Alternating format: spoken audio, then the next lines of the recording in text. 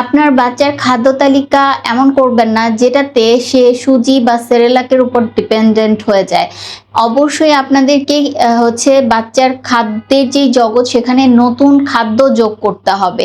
সেখানে carbohydrate, protein, চর্বি, vitamin, mineral সবকিছুই থাকবে।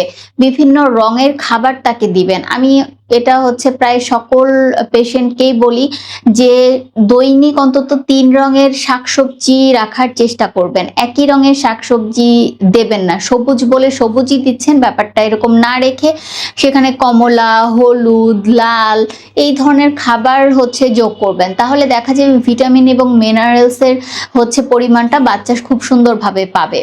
সপ্তাহে বাচ্চাকে অন্তত ৩ রঙের ফল দেন। আপনার বাচ্চা শুধু কলা পছন্দ করে বলেই তাকে সপ্তাহে ৭ দিন কলাই দেবেন, ব্যাপারটা এরকম না করে তাকে কমলা রঙের ফল দেন, তাকে লাল রঙের ফল দেন। এখন জাম আছে, জাম দেওয়ার চেষ্টা করুন।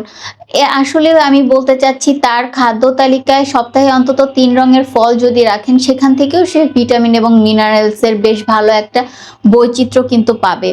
বাচ্চার খাদ্য তালিকাটা কখনোই একঘেয়ে করে ফেলবেন না।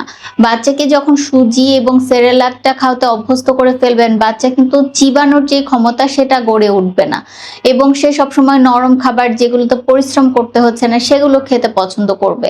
আরেকটা ব্যাপার সুজি বলুন বা সেরেলাক, এটা তৈরি করার সময় অনেকেই চিনিটা এড করে ফেলে। আমরা বাচ্চাদেরকে কিন্তু চিনি দেওয়ার কথা মানা করে থাকি। চিনি শুধুমাত্র বাচ্চা না, সকলকেই আসলে এভয়েড করতে বলা হচ্ছে এখন।